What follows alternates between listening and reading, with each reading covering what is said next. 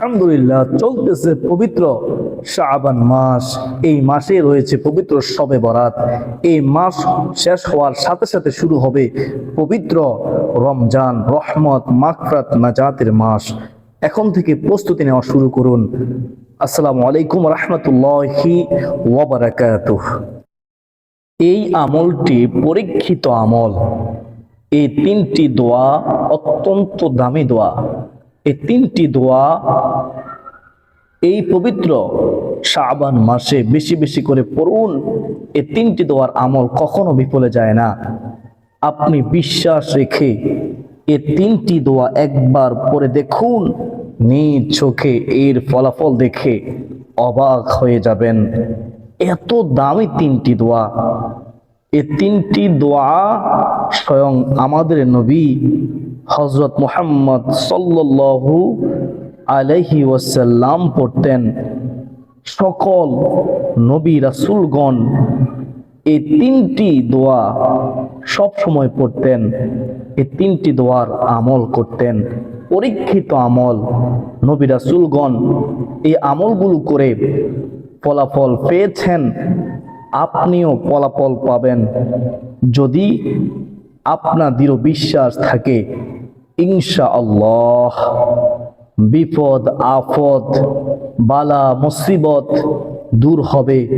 শুধুই বিপদ আপদ নয়, আরো পুরস্কার আছে এই তিনটি আমল করলে ইনশাআল্লাহ আজ্জা ওয়া জাল্লা। আল্লাহ তাআলা ওয়াদা করেছেন দোয়া কবুল হবে, মনের আশা কবুল হবে, গায়েবী সাহায্য পাবেন, ঋণ থাকলে ঋণ পরিশোধ হবে ইনশাআল্লাহ। শুধু তাই নয়, আপনার জীবনের সমস্ত গুনাহ মাফ হবে। আপনি হাসতে হাসতে জান্নাতে যাবেন। যদি আপনার অনেক দুশমন থাকে, দুশমন আপনাকে অনেক কষ্ট দেয়, তাহলে আমলটি করুন। আমলটি করে আল্লাহর কাছে সাহায্য চান। নবী রাসূলগণের শেখানো আমল। অবশ্যই দুশমন আপনার আর কোনো ক্ষতি করতে পারবে না ইনশাআল্লাহ। আপনার অন্তরে যদি অশান্তি থাকে, আপনি হতাশাগ্রস্ত হলে আপনি তিনটি দোয়া পড়ুন। আল্লাহ তাআলা ওয়াদা করেছেন আপনার সকল দুঃখ কষ্ট পেরেশানি হতাশা দূর করে দিবেন ইনশাআল্লাহ। মূল আলোচনায় যাওয়ার পূর্বে চলুন একটু প্রার্থনা করে নেই। হে মহান দয়ালু প্রেমময় আল্লাহ, যারা আজকের আলোচনাটি শুনবে, আমল করবে, তাদের সকলের জীবনের সমস্ত গুনাহ মাফ করে দাও, বিপদ আপদ দূর করে দাও, সকল অভাব অনটন দূর করে দাও, আমিন। তো চলুন বিস্তারিত জেনে নেই। প্রথম হলো দোয়ায়ে ইউনুস পাঠ করা। এই দোয়া ইউনুস সম্পর্কে কিতাবে কি রয়েছে, রাসূলুল্লাহ সাল্লাল্লাহু আলাইহি ওয়াসাল্লাম কি সুসংবাদ দিয়েছেন, সে সম্পর্কে শুনুন মনোযোগ দিয়ে। মুসলিমদের জন্য দোয়া ইউনুস বেশ গুরুত্বপূর্ণ। যে কোনো সংকট ও অস্থিতিশীল সময় এই দোয়া পড়া সুন্নত। আল্লাহর নবী ইউনুস পয়গম্বর বিপদে পড়ে বারবার এই দোয়া পড়েছিলেন। তখন আল্লাহ তাআলা তার দোয়া কবুল করে তাকে সংকট থেকে, বিপদ থেকে মুক্তি দিয়েছেন। মাছের পেটে ইউনুস পয়গম্বর আলাইহিস সালাতু ওয়াস সালাম একজন সম্মানিত নবী ছিলেন। কোরআনের 10 নম্বর সূরার নামকরণ তার নামে। অন্যান্য নবীদের মতো তারও সবচেয়ে বড় দায়িত্ব ছিল আল্লাহর প্রতি তার জাতিকে আহ্বান করা, তাওহীদ ও পরকালের কথা মানুষের কাছে পৌঁছিয়ে দেওয়া। কিন্তু এই কাজটা এতটা সহজ ছিল না। ইউনুস আলাইহিস সালাম এর ক্ষেত্রেও তাই ঘটেছিল। আল্লাহ ব্যতীত অন্যদের উপাসনা ছেড়ে অদ্বিতীয় আল্লাহর কাছে ফিরে আসতে তিনি তাদের আহ্বান করেছিলেন, কিন্তু তারা তার ডাকে সাড়া দেয়নি। এতে নিরাশ হয়ে তিনি তাদের ছেড়ে অন্যত্র চলে যান। পথিমধ্যে আল্লাহ তাআলা তাকে পরীক্ষা করেন। তিনি সমুদ্রে নিক্ষিপ্ত হলে একটি বিশাল মাছ তাকে গিলে ফেলে। তবে আল্লাহ তাআলার রহমতে হুকুমে মাছটি তাকে হজম করতে পারেনি, এমনকি তার দেহের সামান্যতম অংশেও কোনরূপ ক্ষতির সৃষ্টি করতে পারেননি। আল্লাহু আকবার কাবীরা। সে মাছের উদর অন্ধকারে বসে ইউনুস আলাইহিস সালাম অত্যন্ত বিনয়, নম্রতা ও কাতর স্বরে আল্লাহর কাছে অনবরত দোয়া করতে শুরু করেছিলেন। তিনি যে দোয়াটি পড়েছিলেন সে দোয়া হচ্ছে দোয়ায়ে ইউনুস। দোয়ায়ে ইউনুস নামে সবার কাছে পরিচিত। আল্লাহ তাআলা তার কাহিনী বর্ণনা করে বলেন, মাছ ওয়ালার কথা স্মরণ করুন। তিনি রাগান্বিত হয়ে চলে গিয়েছিলেন, অতঃপর মনে করেছিলেন যে আমি তাকে পাকড়াও করব না। অতঃপর তিনি অন্ধকারের মধ্যে আহ্বান করলেন, তুমি ব্যতীত কোনো উপাস্য নেই, তুমি পবিত্র, আমি গুনাহগার। সূরা আম্বিয়া আয়াত হচ্ছে 87। লা ইলাহা ইল্লা আনতা সুবহানাকা ইন্নী কুনতু মিনাজ জালিমিন। মাছের পেটের কাহিনী। পবিত্র কোরআনে কারিমে ইউনুস আলাইহিস সালামের নামে একটি সূরা রয়েছে, তেমনি ইউনুস নামটিও 5 জায়গায় উল্লেখ রয়েছে। হযরত ইউনুস পয়গম্বরকে কোরআনে জুন্নুন সাহিবুল হুদ নামে অভিহিত করা হয়েছে। জুন্নুন শব্দের অর্থ মাছের সঙ্গে সম্পৃক্ত, আর সাহিবুল হুদ শব্দের অর্থ মৎস্য সহস্র মাছওয়ালা। আল্লাহর নবী ইউনুস আলাইহিস সালাম নিনেবায়, ইরাকের মসুরে অবস্থিত। তিনি নিনেবার লোকজনকে আল্লাহর দিকে ডেকেছিলেন, কিন্তু তারা তার ডাকে সাড়া দেয়নি। এতে তিনি মর্মাহত হয়ে তাদের আল্লাহর গজবের খবর দেন এবং আল্লাহর নির্দেশের অপেক্ষা না করে নিনেবা ত্যাগ করে অন্যত্র চলে যেতে রওনা হলেন। কোরআনিক ট্রিটমেন্ট 1 ইউটিউব চ্যানেলের সুপ্রিয় দর্শক, পথিমধ্যে সম্মুখে সমুদ্র পড়লে তা পাড়ি দেওয়ার জন্য তিনি একটি জাহাজে ওঠেন। জাহাজটি মাঝ সমুদ্রে ঘূর্ণিঝড়ের কবলে পড়ে। তখন জাহাজের চালক ধারণা করে যে জাহাজে কোনো অপরাধী আছে, যে জাহাজের জন্য বিপদ ডেকে এনেছে। পরে সে কালের নিয়ম অনুযায়ী লটারির ব্যবস্থা করা হয়, কিন্তু লটারিতে বারবার ইউনুস নবীর নাম ওঠে। তখন বাধ্য হয়ে তাকে সমুদ্রে ফেলে দিলে জাহাজটি বিপদ থেকে রক্ষা পায়, আর একটি বিরাট মাছ তাকে গিলে ফেলে। সুবহানাল্লাহ, আল্লাহু আকবার। ফাতহুল বারী খণ্ড 10 পৃষ্ঠা নম্বর হচ্ছে 212। এ প্রসঙ্গে কোরআনে ইরশাদ হয়েছে, ইউনুসও রাসূলের একজন ছিল। স্মরণ করো যখন সে পালিয়ে বোঝায় নৌজাহানে পৌঁছল, অতঃপর সে লটারিতে যোগদান করে পরাভূত হলো। পরে একটি মাছ তাকে গিলে ফেলে। তখন সে নিজেকে ধিক্কার দিতে লাগলো। সে যদি আল্লাহর পবিত্রতা ও মহিমা ঘোষণা না করত, তাহলে তাকে কিয়ামত পর্যন্ত ওই মাছের উদরেই থাকতে হতো, মাছের পেটেই থাকতে হতো। সুবহানাল্লাহ। হযরত ইউনুস পয়গম্বর অক্ষত অবস্থায় সেই বৃহৎ আকার মাছের উদরে 40 দিন ছিলেন। সেখানে তিনি তাসবিহ, তাহলিল ও তাওবা ইস্তিগফার করেছিলেন।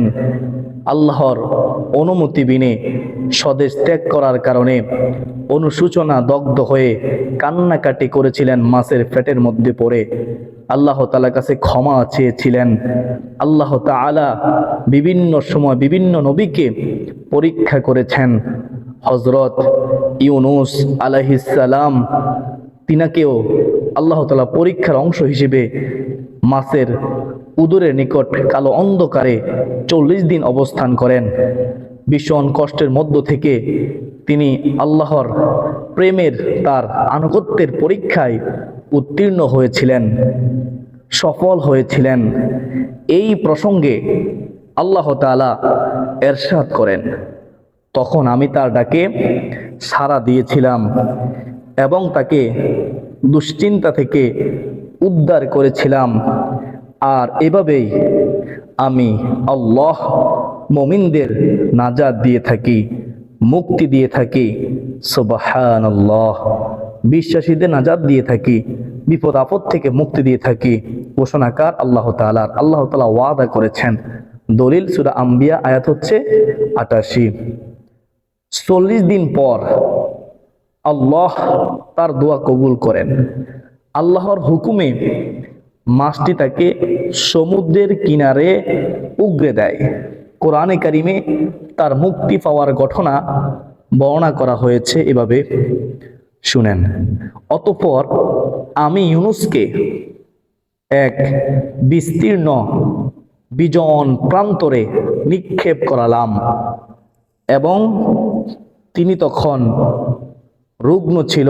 আর আমি তার উপর লতা বিশিষ্ট একটি লাউ গাছ উদ্গত করলাম এবং তাকে লক্ষ বা ততোধিক লোকের প্রতি প্রেরণ করলাম। অতঃপর তারা ঈমান এনেছিল। অতঃপর আমি তাদের নির্ধারিত সময় পর্যন্ত জীবন উপভোগ করতে দিলাম। সুবহানাল্লাহ। উল্লেখ্য যে দীর্ঘ 40 দিন মাছের পেটে পানি খাদ্যবিহীন থাকায় ইউনূস আলাইহিস সালাম ভীষণ দুর্বল হয়ে পড়েন এবং তার চেহারা ফ্যাকাশে হয়েছিল। এই অবস্থা থেকে নিরাময়ের জন্য আল্লাহ তাআলা পরিবেশ দূষণ মুক্তকারী এবং নির্মল ছায়াদানকারী লাউ গাছ সেখানে গজিয়ে দেন। সেই লাউ গাছটি এত দ্রুত গজে উঠে যে মুহূর্তের মধ্যে লতা পাতা তাঁবুর আকার ধারণ করে। তিনি কচি লাউ খাবার হিসেবে গ্রহণ করেন। সুবহানাল্লাহ। কত চমৎকার ঘটনা, একটু বোঝার চেষ্টা করুন। ইউনূস আলাইহিস সালামের সেই দোয়াটি কি? দোয়াটি শুনুন। দোয়া হচ্ছে দোয়া ইউনূস, লা ইলাহা ইল্লা আনতা সুবহানাকা ইন্নী কুনতু মিনাজ জালিমিন। মিনাজ জালিমিন অর্থ হলো, তুমি ছাড়া কোনো মাবুদ নেই, তুমি পবিত্র, সুমহান, আমি নিশ্চয়ই জালিমদের অন্তর্ভুক্ত, আমি নিশ্চয়ই জালিমদের অন্তর্ভুক্ত। লা ইলাহা ইল্লা আনতা সুবহানাকা ইন্নী কুনতু মিনাজ জালিমিন। ইন্নী কুনতু মিনাজ জালিমিন। দোয়া ইউনূস পাঠের ফজিলত। দোয়া ইউনূসের মাহাত্ম্য ও গুরুত্ব অপরিসীম। আল্লাহর নবী ইউনূস আলাইহিস সালাম এই দোয়া পাঠ করেই আল্লাহর রহমতে মাছের পেট থেকে মুক্তি পেয়েছিলেন। যদি কেউ দোয়া ইউনূস কয়েকবার পড়ে তারপর দোয়া করে, তার দোয়া কবুল হয়। কেউ যদি বিপদগ্রস্ত অবস্থায় এই দোয়া পাঠ করে, আল্লাহর রহমতে, আল্লাহর দয়ায় সে বিপদ থেকে উদ্ধার পায়। বিপদ আপদ আল্লাহ তাআলা দূর করে দেন। সুবহানাল্লাহ। সাদ ইবনে আবি ওয়াক্কাস রাদিয়াল্লাহু তাআলা আনহু বলেন, আমি রাসূলুল্লাহ সাল্লাল্লাহু আলাইহি ওয়াসাল্লামকে জিজ্ঞেস করলাম, হে আল্লাহ রাসূল সাল্লাল্লাহু আলাইহি ওয়াসাল্লাম, এই দোয়ার গ্রহণযোগ্যতা কি কেবল ইউনুস আলাইহিস সালামের জন্যই প্রযোজ্য না সব মুসলিমের জন্য? জবাবে প্রিয় নবী সাল্লাল্লাহু আলাইহি ওয়াসাল্লাম তিনি বলেন, তাৎক্ষণিকভাবে তার জন্য দোয়াটি বিশেষভাবে কবুল হলেও এটি সব মুসলিমের জন্য সব সময় কবুলের ব্যাপারে প্রযোজ্য। সুবহানাল্লাহ। তুমি কি কোরআনে পাঠ করনি? তুমি কি কোরআনে পাঠ করনি? ফাস্তাজাবনা লাহু ওয়া নাজ্জাইনাহু মিনাল গাম্মি ওয়া কাযালিকা নুনজিল মুমিনিন। আর এভাবে আমি আল্লাহর মুমিনদের উদ্ধার করে থাকি, মুক্তি দিয়ে থাকি, বিপদ আপদ থেকে হেফাজত করি। সুবহানাল্লাহ। তিরমিজি শরীফের 3505 নম্বর হাদিস। বিভিন্ন বর্ণনায় রয়েছে দৈনিক একবার দোয়া ইউনুস পড়লে পদমর্যাদা সমুন্নত হয়, আল্লাহ তার রুজি রোজগারে সমৃদ্ধি দান করেন, দুঃখ যন্ত্রণা পেরেশানি অশান্তি ও কষ্ট দূর করে দেন, তার জন্য সব রকম কল্যাণের দরজা খুলে দেন, শয়তানের ওয়াসওয়াসা থেকে হেফাজত করেন। এই দোয়া 1,25,000 বার পড়লে সব ধরনের অপকার থেকে রক্ষা, বিপদ আপদ থেকে দূরে থাকা এবং রোগ সুখ থেকে রক্ষা পাওয়া যায় বলে বিভিন্ন বর্ণনায় রয়েছে। কিতাবের মধ্যে রয়েছে। প্রিয় দিনদার মুসলমান ভাই বোনেরা, আমরা 1 নম্বর জানলাম, এখন আমরা 2 নম্বর দোয়াটি জানবো। এই পবিত্র সওবতের রাতে, এই পবিত্র শাবান মাসে বেশি বেশি করে পড়ব। দোয়াটি মনোযোগ সহকারে শুনবেন, তাহলে বুঝতে পারবেন। 2 নম্বর আমলটি হলো, দোয়াটি হলো ইস্তিগফারের দোয়া, ইস্তিগফারের আমল। ইস্তিগফার পড়বেন বেশি বেশি করে যখনই বিপদে পড়বেন। প্রতিদিন বুঝে না বুঝে নিজের অজান্তে অসংখ্য ভুল করে বসে মানুষ। অধিকাংশ সময় জেনে বুঝেই শুধুমাত্র কুপ্রবৃত্তির অনুসরণ করে পাপ করে ফেলে মানুষ। তবে আল্লাহ তাআলা গুনাহের মধ্যে লিপ্ত বান্দার জন্য ক্ষমার দরজা খুলে রেখেছেন সব সময়। তাই মানুষ যত ভুলই করুক না কেন, অনুতপ্ত হৃদয়ে আল্লাহর কাছে ক্ষমা চাইলেই তিনি ক্ষমা করেন। কোরআনে আল্লাহ তাআলা বলেন, এবং আমি অবশ্যই ক্ষমাশীল। তার প্রতি যে তওবা করে, ঈমান আনে, সৎকর্ম করে ও সৎ পথে সব সময় অবিচল থাকে। সুবহানাল্লাহ। দলিল সূরা তোহা আয়াত হচ্ছে 82। আরেক আয়াতে এসেছে, যে ব্যক্তি কোনো মন্দ কাজ করে ফেলে বা নিজের প্রতি জুলুম করে বসে, তারপর আল্লাহর কাছে ক্ষমা চায়, মাপ চায়, সে অবশ্যই আল্লাহ তাআলাকে অতি ক্ষমাশীল পরম দয়ালুই পাবে। সুবহানাল্লাহ। দলিল সূরা নিসা আয়াত হচ্ছে 110। রাসূলুল্লাহ সাল্লাল্লাহু আলাইহি ওয়াসাল্লামের কোনো গুনাহই ছিল না, তিনি ছিলেন নিষ্পাপ। এরপরেও তিনি দিনে রাতে প্রচুর পরিমাণ ইস্তিগফার পাঠ করতেন। আল্লাহর কাছে কেঁদে কেঁদে সব সময় ইস্তিগফার পাঠ করতেন, দোয়া করতেন।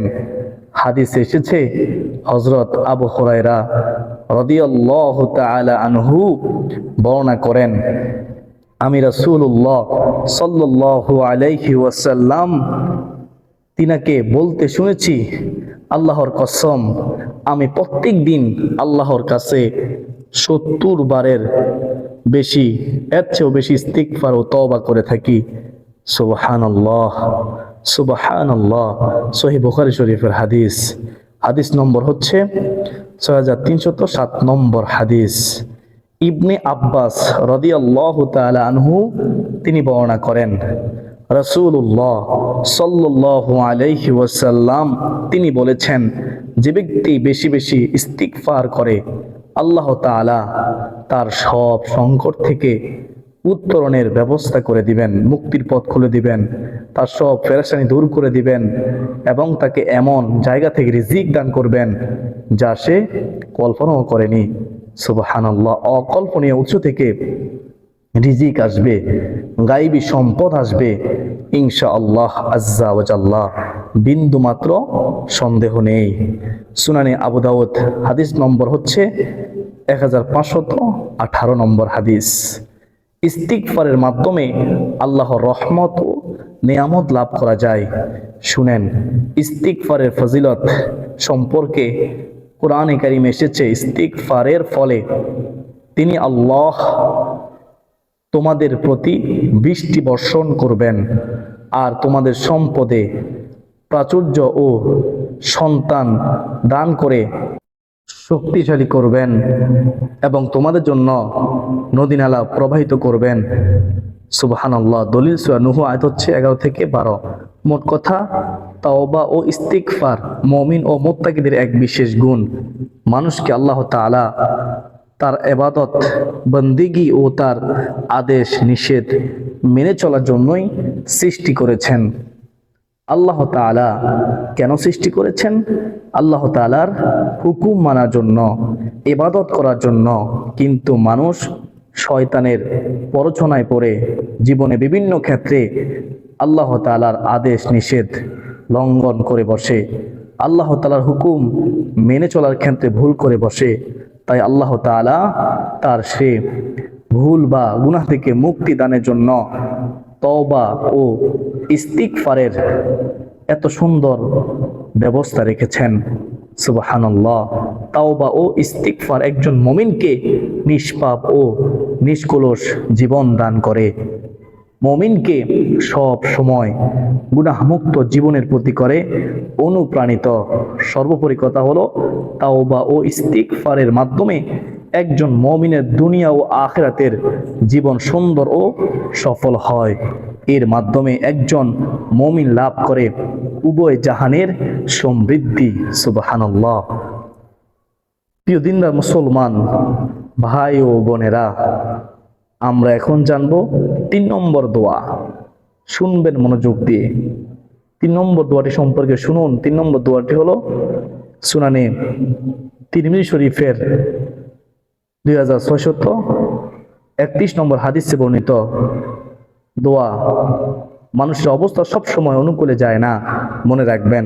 কখনো ভালো যায়, কখনো খারাপ সময় দিয়ে আসে। তাই যে কোনো বিপদে মুক্তির জন্য আল্লাহর কাছে দোয়া করা চাই, তাহলে আল্লাহ তাআলা বিপদ থেকে রক্ষা করবেন এবং শান্তিতে রাখবেন। যে কোনো বিপদের সম্মুখীন হলে উল্লিখিত দোয়া বেশি বেশি পড়তে পারেন। এটি সূরা আল ইমরানের 173 নম্বর আয়াত এবং সূরা আনফালের 40 নম্বর আয়াতের, আবার সূরা হজের 78 নম্বর আয়াতের অংশ বিশেষ। হাসবুনাল্লাহু ওয়া নি'মাল ওয়াকিল ওয়া নি'মাল মাওলা ওয়া নি'মান নাসির। হাসবুনাল্লাহু ওয়া নি'মাল ওয়াকিল ওয়া নি'মাল মাওলা ওয়া নি'মান নাসির। অর্থ হলো, আল্লাহ তাআলা আমাদের জন্য যথেষ্ট। তিনি হলেন উত্তম কর্মবিধায়ক। আল্লাহ তাআলাই হচ্ছে উত্তম অভিভাবক এবং উত্তম সাহায্যকারী।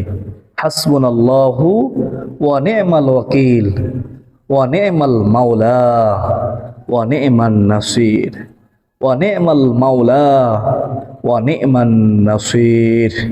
আশা করা যায় আয়াতগুলো পড়ে দোয়া করলে অবশ্যই সে দোয়া কবুল হবেই হবে।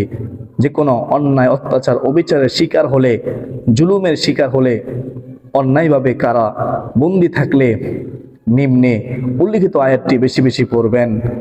সঙ্গে আল্লাহ তাআলা দরবারে আন্তরিকভাবে মুক্তির জন্য দোয়া করবেন। তাতে ইনশাআল্লাহ আল্লাহ তাআলা মুক্তি দিবেন আপনাকে ইনশাআল্লাহ। হাসবুনাল্লাহু ওয়া নি'মাল ওয়াকিল ওয়া নি'মাল মাওলা ওয়া নি'মান নাসির ওয়া নি'মাল মাওলা ওয়া নি'মান নাসির। এছাড়াও আল্লাহ রাসূল সাল্লাল্লাহু আলাইহি ওয়াসাল্লাম এই বিশেষ দোয়াটি পাঠ করার ব্যাপারে উৎসাহিত করেছেন। তিরমিজি শরীফের হাদিস নম্বর হচ্ছে 3243 নম্বর হাদিস। এই তিনটি দোয়া কখন পড়বেন? যখন পড়বেন তখন প্রথমে দুরূদ শরীফ পড়বেন, তারপর এই তিনটি দোয়া পড়বেন, তারপর আবার শেষে দুরূদ শরীফ পড়ে আপনি তারপর দোয়া করবেন, চোখের পানি ছেড়ে দিয়ে মন প্রাণ উজাড় করে। মহান রব আল্লাহ তিনি অবশ্যই আপনাকে সাহায্য করবেন। এই তিনটি দোয়ার মাধ্যমে ইনশাআল্লাহ আপনার সকল সমস্যার সমাধান হবে। যদি চাওয়ার মতো চাইতে পারেন, অবশ্যই মহান রব আল্লাহ তাআলা অবশ্যই আপনাকে সাহায্য করবেন, দান করবেন, কোনো সন্দেহ নেই। এই তিনটি দোয়ার বরকতে, এই তিনটি দোয়ার উসিলায় আল্লাহ তাআলা আপনাকে আমাকে সকল প্রকার পেরেশানি থেকে হেফাজত করবেন।